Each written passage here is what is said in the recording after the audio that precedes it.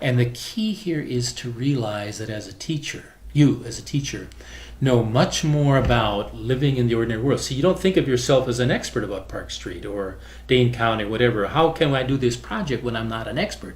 But actually, you know a whole lot more about how to participate in the social world than kids do. So that what you're really modeling is how to engage with strangers, and you're modeling how to be respectful, and you're modeling your questions, and you're modeling all kinds of skills that every teacher has. So that the first thing you have to discover is your inner Park Street, as in that you know how to travel, you know how to visit, you know how to interact, that you have a huge amount of cultural capacities in which you can be a guide in doing a cultural study. So it's kind of discovering and unfolding and becoming more and more confident in that capacity to study something where you don't know all the answers and everything. Traditionally, historically, people thought of the Greenbush as being most centered in a triangle area just south of the University of Wisconsin-Madison campus. In a triangle of 3 streets, handful of blocks, but also there was no outside limit to it. It's where those people, as that community grew and their relatives, and as people moved out, an expanded space that included all of that.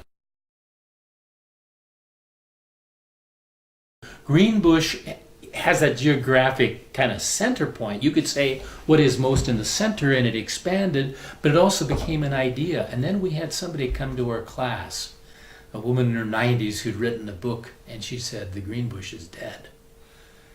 And my kids were just hurt by that. There was this idea that the Greenbush was a bad place. And when urban renewal money became available, we can improve it. So we improved it by totally bulldozing it, so that in that triangle of these multiple square blocks, there was one tree left standing. And everything else was bulldozed. So my kids would say the Greenbush is dead. But of course, new buildings came and new immigrants live in that triangle area. And whereas the Greenbush is this shifting kind of space. This diaspora of people, the Italian Workmen's Club, still, the Sicilian, Italian people, I mean, you know, those people are dying off, but that memory, so the Greenbush is a memory also. So we studied it from all of those angles. One day, for example, we got on a bus, and our task was to understand the Black experience in the Greenbush and to go talk to people and find. A little bit harder than the Italians, didn't have that kind of key organizational place of the Italian Workmen's Club. But another day we went out to explore the landscape design in the new Greenbush and work with a landscape architect from the university.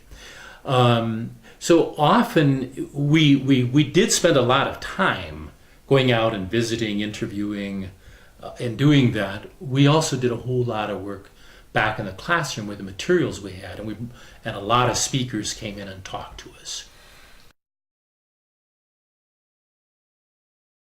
You know, the big ideas and the practice happened together. It wasn't like I had a big idea and then did it, but as I began to do things, I began to see how much more was possible.